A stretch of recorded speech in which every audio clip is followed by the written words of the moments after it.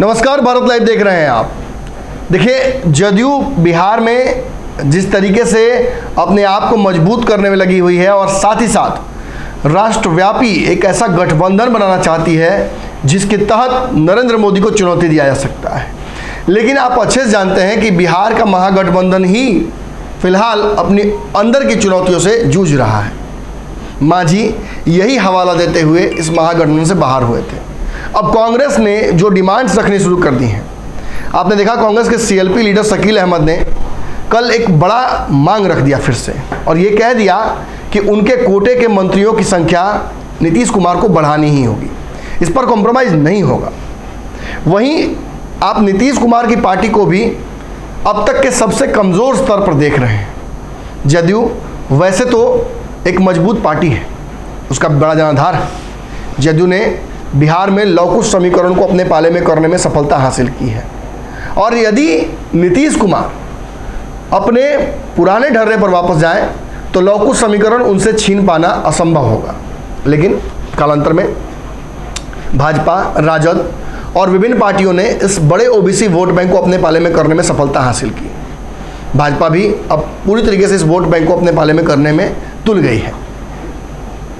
कुशवाहा और जो कुर्मी समाज है उसको यादव समाज से अलग बताया जा रहा है। त्रिवेणी संघ की बात की जा रही है, जिसके तहत 15-15 साल यादव और कुर्मी ने शासन कर लिया है। कुशवाहा को प्रतिनिधित्व नहीं मिला है। अब इन चर्चाओं को जब उपेंद्र कुशवाहा सार्वजनिक तौर पर लाते हैं तो उसकी वजह से कुशवाहा समाज के नेताओं में नाराजगी होती है। आपने आज ही देखा, रामेश्वर महतो जो कि कुशवाहा समाज के एक नेता है, एमएलसी हैं जदयू से, उन्होंने पार्टी छोड़ने को लेकर भी मन बना लिया है। उपेंद्र कुशवाहा के बिहार में जो प्रदेश अध्यक्ष हैं उमेश कुशवाहा, उनसे डिफरेंसेस हैं।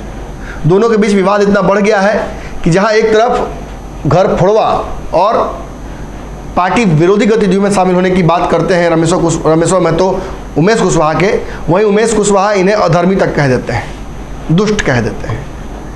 इन सारे विवादों से जदयू और कमज़ोर हो रहा है, खासतौर पर तब जब आरसीपी उपेंद्र कुशवाहा धीरे धीरे करके इस पार्टी से कई नेता अलग होते गए। इस कड़ी में अगला नाम रामेश्वर महतो का है। लेकिन इस जदयू के वर्तमान परिस्थिति में क्या कोई रास्ता है जिससे नीतीश कुमार पार्टी को मजबूत कर सकते हैं?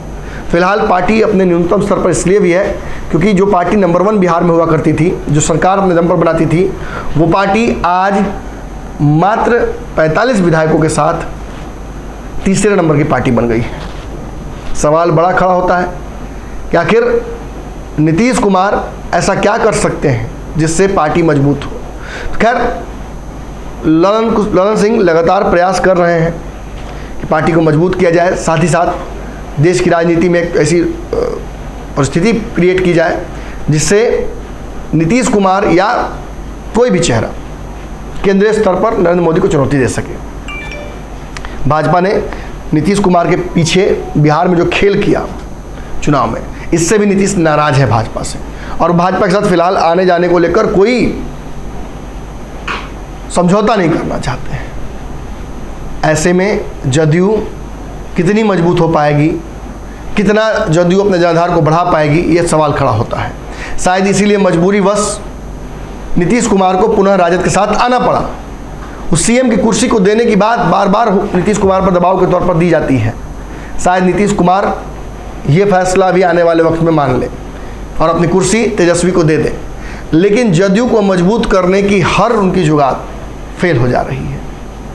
ऐसे में अब उनकी पार्टी के जो नेता हैं, खासतौर पे लवकुश समाज के, उनमें एक बड़ी नाराजगी इस बात को लेकर भी आ रही है कि पार्टी विलय कर जाएगी राजद में। हालांकि सार्वजनिक मंचों से कई बार नीतीश कुमार और ललन सिंह ने इस बात से इनकार किया है कि पार्टी कहीं मर्ज नहीं करने जा रही, लेकिन उपेंद्र कुशवाहा और कई नेताओं ने ये आरोप लगाया है कि मर्जर को लेकर बातचीत कंप्लीट हो चुकी है और जल्दी ही जदयू राजद में मर्ज कर जाएगी। इसकी वजह से कई नेताओं में अंदर ही अंदर बेचैनी है। बेचैनी इस बात को लेकर भी है कि मर्जर अगर नहीं भी होता है और कोई समझौते के तहत राजद सीटें अगर प्राप्त कर लेती है बराबर, तो उस आधार पर कई एमपी का भी टिकट कट सकता है। आने वाले समय में विधायकों के साथ भी यही होगा 2025 में। निश्चित तौर पर ये एक ऐसा दौर है जिसमें जदयू अपने आप को मजबूत करने के बजाय जो भी फैसला ले रही है उससे जदयू कमज़ोर ही हो रही है। रामेश्वर में तो बाहर जाएंगे कि नहीं जाएंगे ये तो तय है, लेकिन अब उपेंद्र कुशवाहा ने एक दावा कर दिया है जिस दावे की वजह से बताया जा रहा है कि ज़बरदस्त भगदड़ मचने वाली है। दरअसल उपेंद्र कुशवाहा ने ये बात कही है कि महागठबंधन बिहार में विपक्षी दलों को एकजुट करने की जो बैठक कर रहा था, इससे और बात बिगड़ गई। जेडीयू और राजद का विलय लगभग तय हो चुका है। मुझे इस बात का भनक था, इसलिए मैंने जदयू को छोड़ दिया। जदयू एक डूबता हुआ जहाज है। जदयू के कई नेता एनडीए के संपर्क में हैं। जदयू में काफ़ी लोग इतने नाराज हैं कि वो किसी भी वक्त नीतीश कुमार को छोड़ सकते हैं। कई नेता नीतीश कुमार का फ़ोन तक नहीं उठाते हैं। लोकसभा चुनाव को लेकर की जा रही सारी तैयारियां पूरी तरीके से नीतीश कुमार की विफल हैं।